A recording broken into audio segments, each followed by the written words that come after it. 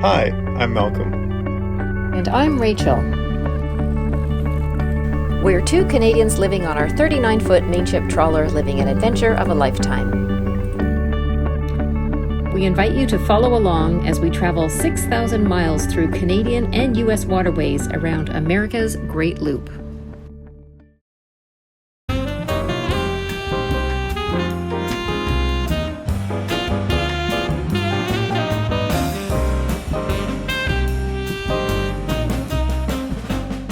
Well, hi there. We are at Donovan's Shady Harbor Marina, quite up far the Hudson River, and we are just below Troy, which is about a 2-hour journey, 2.5 hours or so. So we've been here 2 nights, and we stayed here an extra night because of some very strong southerly winds. And as we discovered recently, wind against current is quite hazardous when you're boating, not to be advised. Anyway, they were very accommodating here and allowing us to stay an extra day. And we're preparing to head farther north up to Troy. It's a short journey today, but we're really excited to see some family that we haven't seen since before we left. So we're heading up that way and going to spend a few days there. So we're just preparing to leave, and we hope you're having a great day.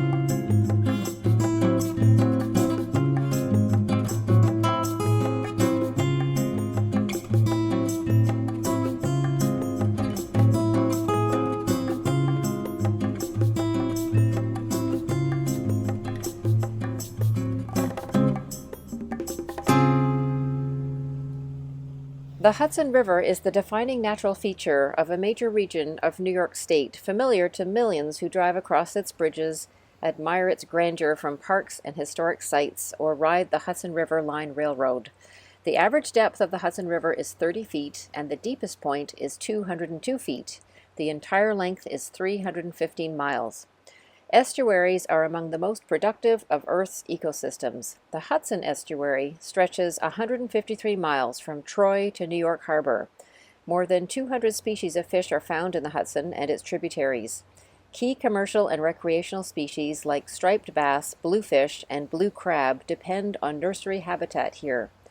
Bald eagles, herons, and waterfowl and other birds feed from the river's bounty. Tidal marshes, mudflats, and other significant habitats in and along the estuary support a great diversity of life.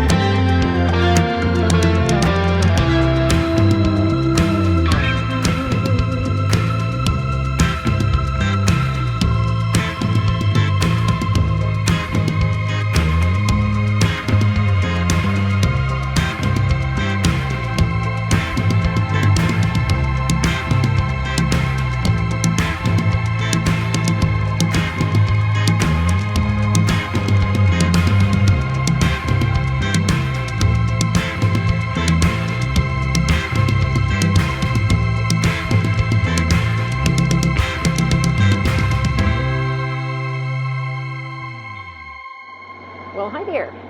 Good afternoon. We are on our way to Troy. It's a very short trip today. How far are we going? 14 nautical miles, pretty much. So it's only about 2 hours and a bit. We cast off our lines at around 1 o'clock from Shady Harbor. A nice little marina, nice people, and a good restaurant. Although we didn't try it, but we've been told it's very good. Yeah, Donovan's Shady Harbor Marina, I think it's called, on the top part of the Hudson.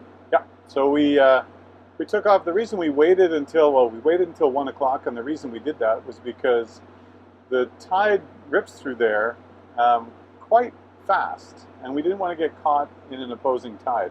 So we waited for the flood tide, which is flooding right up the Hudson, and at about 1 o'clock it kicked in. And for those that are interested, there are tide tables that you can get. There's an app you can get. It's also in avionics. You can see it in there. And there's little icons that show up on your Navionics map that will show you the flow, which is an arrow, and the tides, which is a box. Click on those and you actually see what it's doing. That will tell you whether you should be on the water going in one particular direction, or maybe you should wait until the tide switches. And we noticed yesterday, and also 2 days ago, we were also out on the Hudson. Yesterday we weren't because of the weather, but it was very, very strong southerly winds. And when the current is running against the winds, you get some very choppy conditions. And we saw a boat come in, didn't we? That nearly crashed into the dock. Yeah. It was super intense. And you would be surprised that the tide is so high way up here on the Hudson River. But I think it's a 5-foot tide. So I guess it's 3 days ago now, we experienced that on the river. I'll have to admit, I didn't think it was going to be nearly as bad as it was. Yeah, it was pretty intense. And I think we talked about that earlier. But yesterday, although not as bad, it still wasn't very pleasant out here. No, even very large boats with 2 engines were struggling to get into the dock. So we stayed in harbor. Yeah. And today's a much better day, albeit there's a little bit of rain coming, but the wind has died down. We've managed the current. We're going with the current. Yeah. And really the waves and the weather's not an issue for us today. So I think we're having quite a good voyage today. Yeah, we're using the current to our advantage to push us along. So we're doing actually over 8 knots, and the tide has only just changed. So if we stayed out here longer, we'd get even more push. But that's perfect for us. We're just going a short way, and so we don't have to fight it. We're going with it. And what is also interesting about tide, which I didn't know, maybe some of you know, back where we were, Shady Harbor, tides are 5.5 feet. So that's a really big tide. It's pretty big for up on a river. Up here, this is the end of the tide. So this is, once we're past this lock, there's no more salt water, it's just fresh water. The tides are only 0.4, 0.5 of a foot.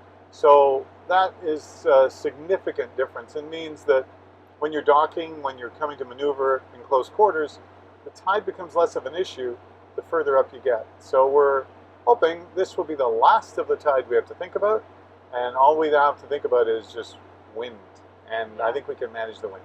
It's going to get a lot easier from here on in, at least more familiar. And we have got used to tides over the last few months. But it is certainly an extra thing to think about, and it'll be one thing we don't have to sort of check every morning. Anyway, it's a pretty good journey so far. It's just very lightly sprinkling now, and that was forecast. We are supposed to get some rain this afternoon, but that's okay. It's springtime. It's pretty normal for it to rain in the spring. Well, and it's warm enough. It's warm enough. I think New York apparently needs some water, so this is probably much needed rain. Yeah. But tomorrow it's back into sun, and the temperatures will be really comfortable. So we're not looking at too hot, too cold. And I think that continues for the next week. And it is a weekend. We're seeing quite a few little fishing boats out this weekend. It's kind of bad for them that it's raining on the weekend when they're out fishing, but they're out there anyway, enjoying it, and everything is green. It's all coming alive in the spring, and so we're enjoying the journey as we go.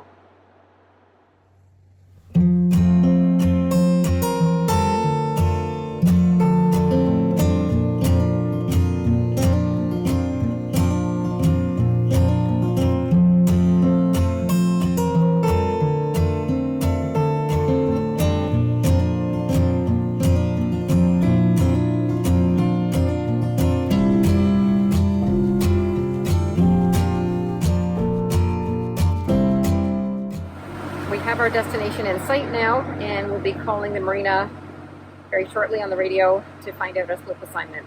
The dock is one long single dock along the canal, so it shouldn't be difficult to dock, and it should be a starboard tie-up. So we'll go see what Troy dock looks like.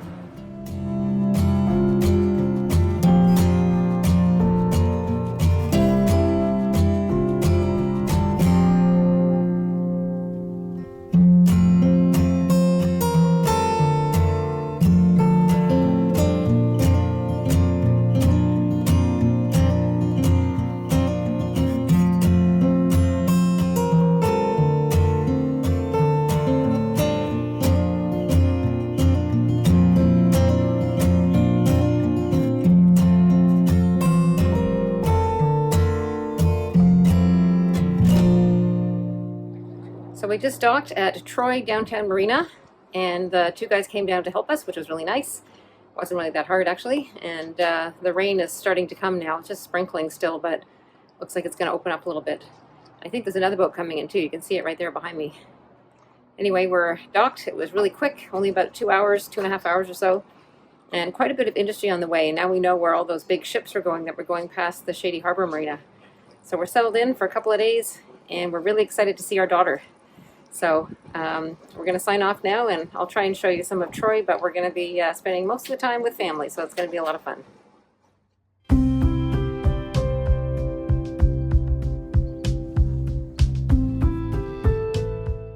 There are over 50,000 residents in Troy. At the turn of the 20th century, Troy was the fourth wealthiest city in the county, and today Troy is noted for its wealth of Victorian architecture downtown and elaborate private homes. During the mid-1900s, the city of Troy became known for its clothing products, collars, cuffs, and shirts. The nickname, the Collar City, is still heard today. Troy has several educational institutions, including the Rensselaer Polytechnic Institute.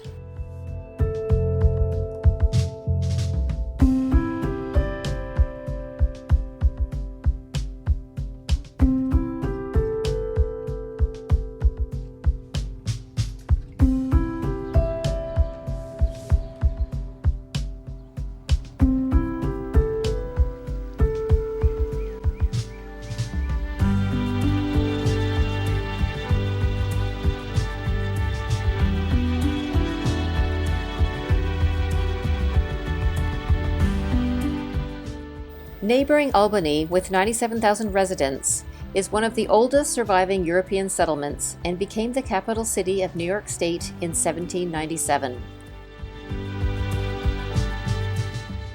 The huge downtown Empire State Plaza is framed by the 1800s New York State Capitol and the New York State Museum.